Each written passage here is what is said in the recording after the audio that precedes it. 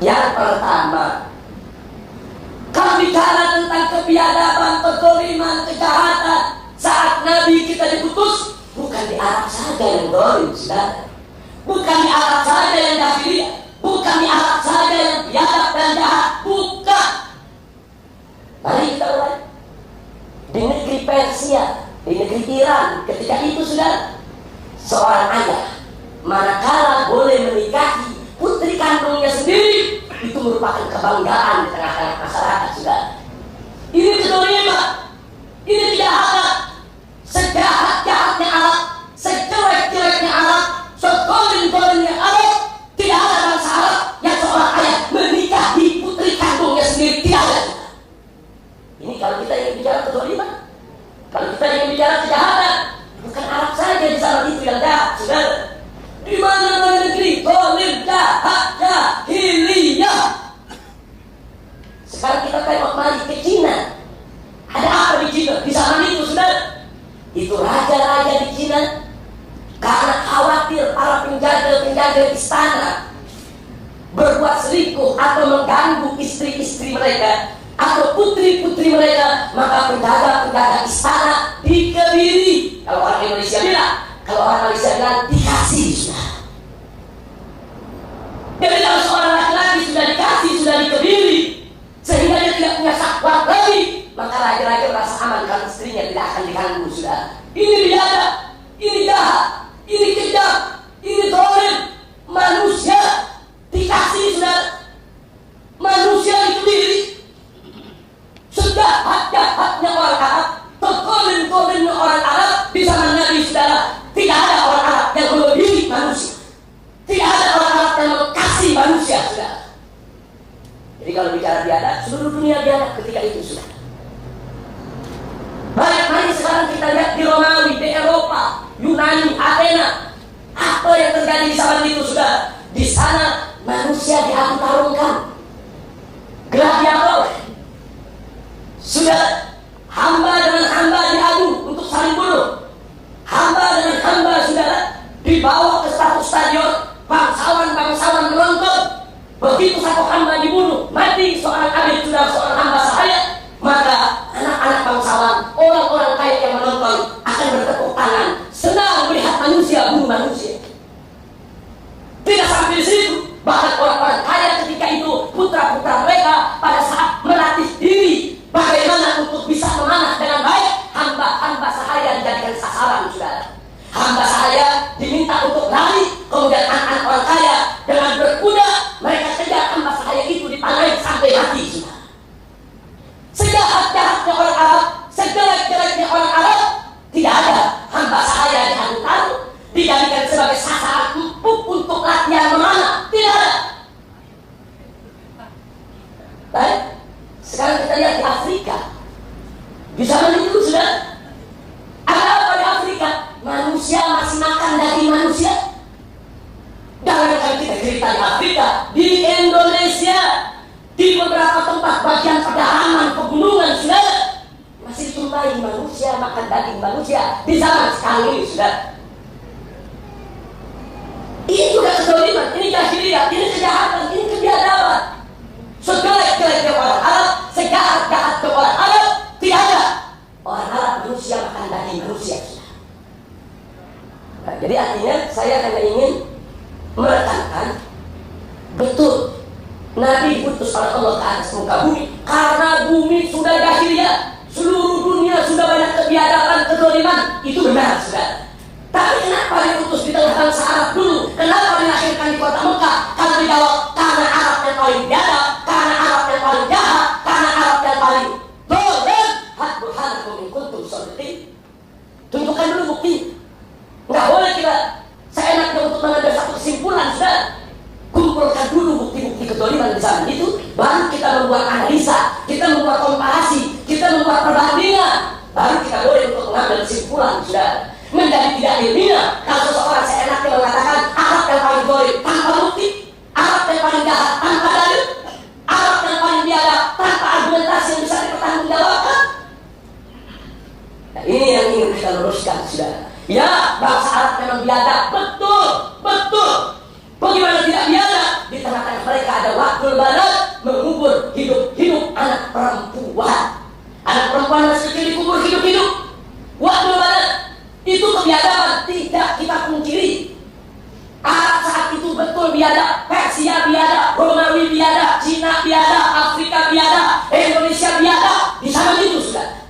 Semua jahiliyah. Lalu kenapa di antara yang biadab-biadab ini di seluruh dunia, kok Nabi diutus di tengah bangsa Arab? Ada apa? Apa betul karena Arab yang paling biadab atau sebaliknya?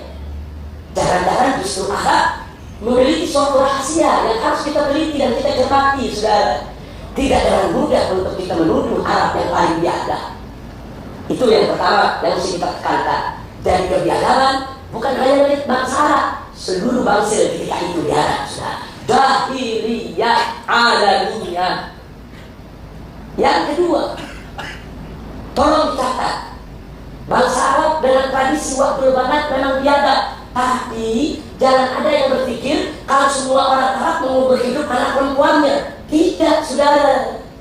Hanya segelintir anggota masyarakat yang mengubur hidup-hidup anak perempuannya. Andai kata semua bangsa Arab mengubur hidup-hidup anak perempuannya, bagaimana boleh Nabi bisa ada di sana, sahabat bisa ada di sana. Nabi punya ibu, ibunya perempuan. Kok dari kecil tidak dibunuh ibu, saudara? Para sahabat Nabi yang jumlahnya puluhan ribu, ratusan ribu, mereka juga semua punya ibu, saudara. Ibu-ibu mereka pernah kecil. Kok ibu-ibu mereka dulu tidak dibunuh ketika kecil, saudara? Orang-orang kafir Quraisy yang memusuhi Nabi, bangsa Arab yang memusuhi Nabi, mereka juga punya ibu. Ibu-ibu mereka pernah kecil. Kok ibu mereka dulu tidak dibunuh oleh ayah mereka untuk dikubur hidup-hidup, saudara? Nah, jadi jangan kita terpancing dengan pemikiran orientalis, pemikiran orang-orang Barat yang ingin memfitnah Islam, memfitnah Nabi, dan ingin merusak sejarah Nabi kita Sayyidina Muhammad Sallallahu Alaihi Wasallam. Betul, ada sebagian orang Arab kalau punya anak perempuan dia tidak suka, dia kubur hidup-hidup anak perempuannya. Tapi tidak semua orang Arab, sudah.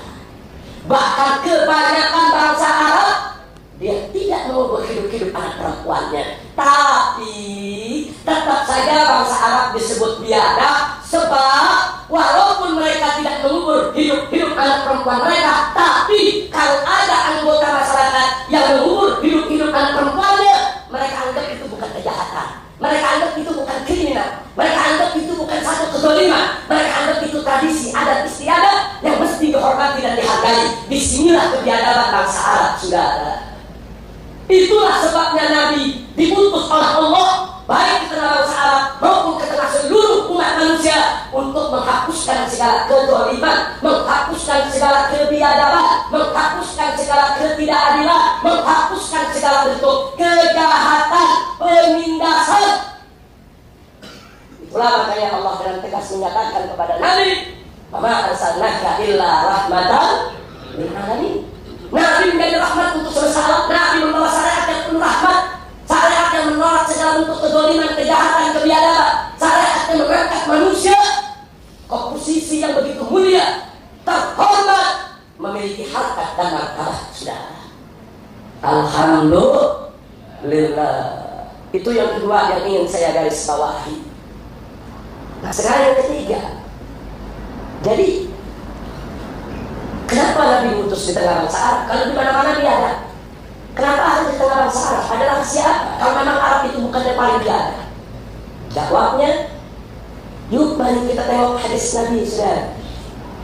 Nabi kita tercinta Sayyidina Muhammad Sallallahu Alaihi Wasallam menyatakan, "Innama bu'ithu liutammima makarimal akhlak." Sesungguhnya aku diutus oleh Allah hanya untuk menyempurnakan kemuliaan-kemuliaan akhlak. Jadi Nabi ketika itu hidup di Mekah, saudara, salah satu tugasnya adalah untuk menyempurnakan makarimal akhlak. Maknanya di sana sudah ada makarimal akhlak, sudah ada kemuliaan akhlak, tapi belum sempurna. Nabi diutus oleh Allah untuk menyempurnakan. Innama bu'ithu liutammima. Sesungguhnya aku ini diutus oleh Allah hanya untuk menyempurnakan kemuliaan-kemuliaan akhlak. Artinya di tengah-tengah bangsa Arab yang biadab, di tengah bangsa Arab yang jahat, di tengah bangsa Arab yang bejat, di tengah bangsa Arab yang zalim,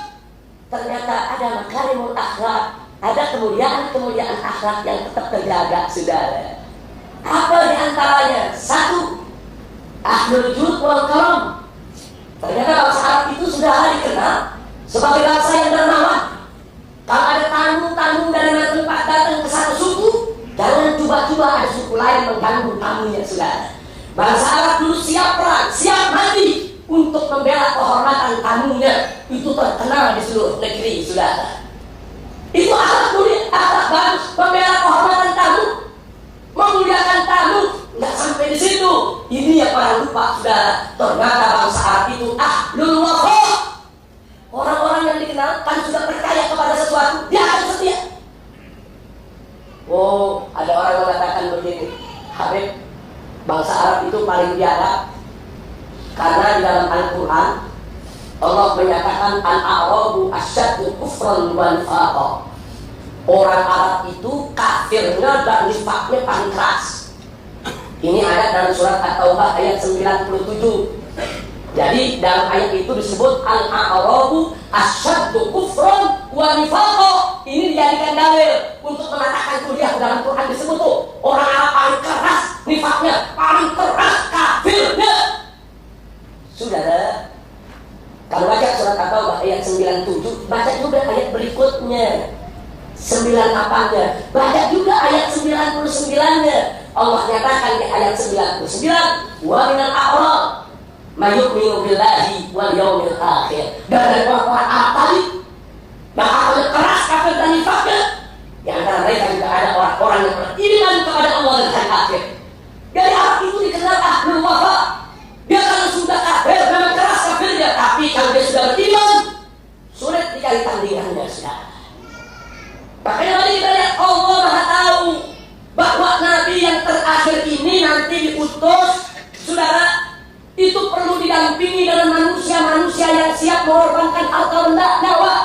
Dan itu terbukti. Kenapa Nabi diutus di kota Mekah? Kenapa Nabi hijrah ke Madinah? Karena di kota Mekah dan juga di Madinah Allah sudah siapkan manusia-manusia ciptaan Allah yang di kemudian hari akan menjadi muhajirin, ansor, yang cinta kepada Allah, cinta kepada Rasulnya, mengorbankan harta benda, mengorbankan jiwanya untuk Allah dan Rasulnya, saudara. Jadi Nabi diutus di kota Mekah bukan sembarangan. Tartibun ilahi. Allah sudah atur dan ilmu azalinya, saudara, bahwa Nabi dilahirkan di kota Mekah karena di sana akan ada sekelompok manusia yang namanya muhajirin dan ansor yang akan bahu-membahu, yang akan bekerja sama, akan ta'awun untuk menyebarkan luas Islam ke seluruh negeri, saudara. Nah, ini yang tidak boleh kita lupa, saudara. Jadi ternyata kenapa Nabi diutus di tengah bangsa Arab? Ada makarimul akhlak, ada sifat setia. Kalau itu berhasil mendapat iman, dapat taufik, dapat hidayah, maka sifat setia itu akan sangat berguna untuk perjuangan Islam. Dan itu terbukti dalam sejarah Muhajirin dan Ansor radhiyallahu anhum. Itu yang ketiga, saudara. Tidak sampai di situ. Yang keempat, mari kita lihat, saudara.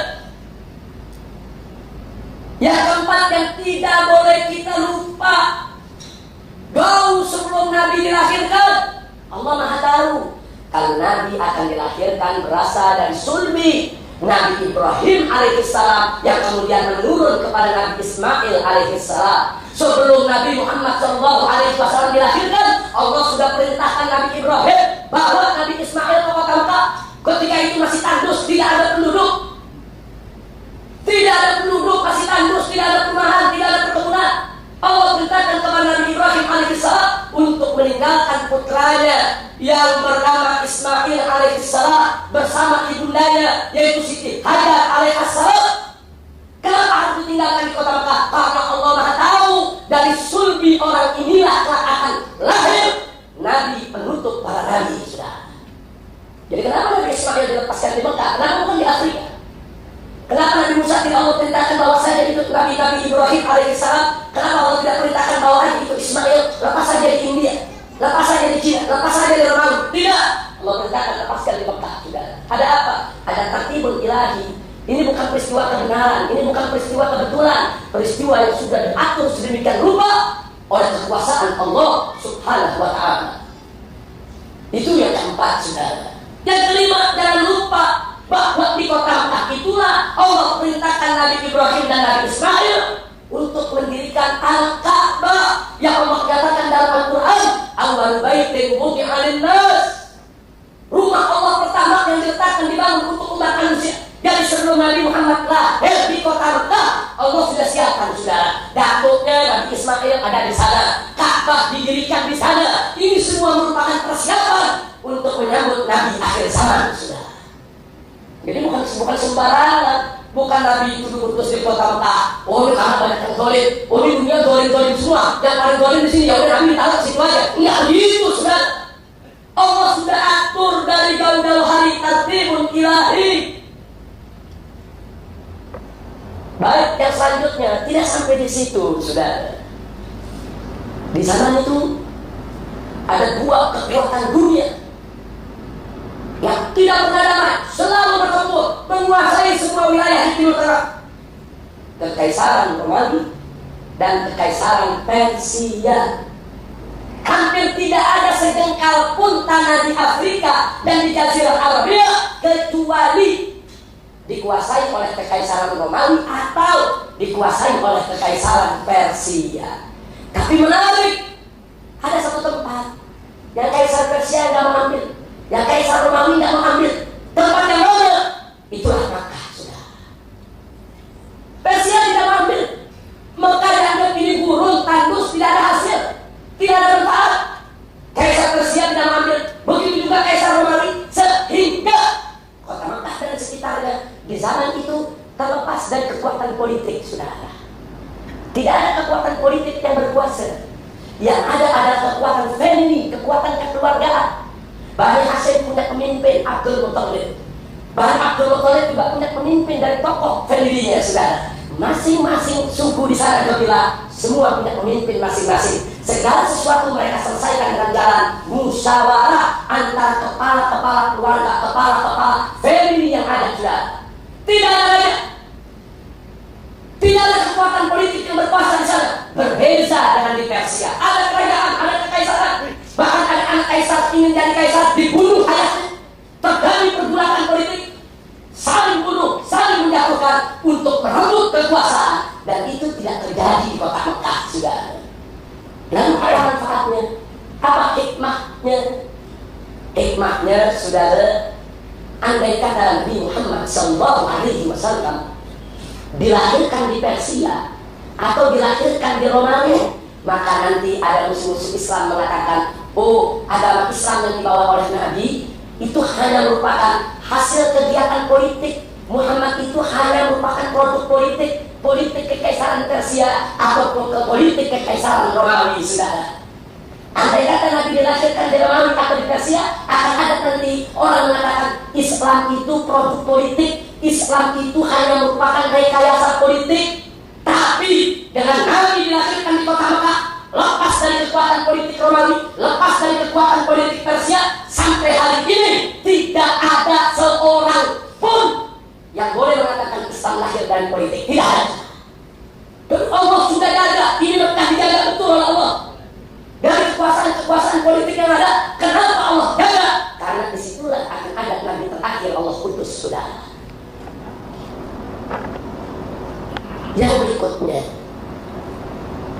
ketika di zaman Nabi terjadi pertarungan filsafat Yunan, filsafat Athena, di mana dunia, saudara. Ada pertarungan filsafat. Andai kata Nabi kita dilahirkan di Romawi atau di Persia, orang nanti akan mengatakan Islam itu hasil filsafatnya Muhammad. Muhammad itu belajar filsafat dengan Aristoteles, dengan Platon atau pengikutnya. Ini berbahaya, saudara. Ini sangat berbahaya. Itulah sebabnya Allah putus Nabi di kota Mekah. Sehingga sampai hari ini tidak ada seorang pun yang boleh mengatakan Islam lahir dari filsafat. Tidak ada bukti, saudara. Alhamdulillah.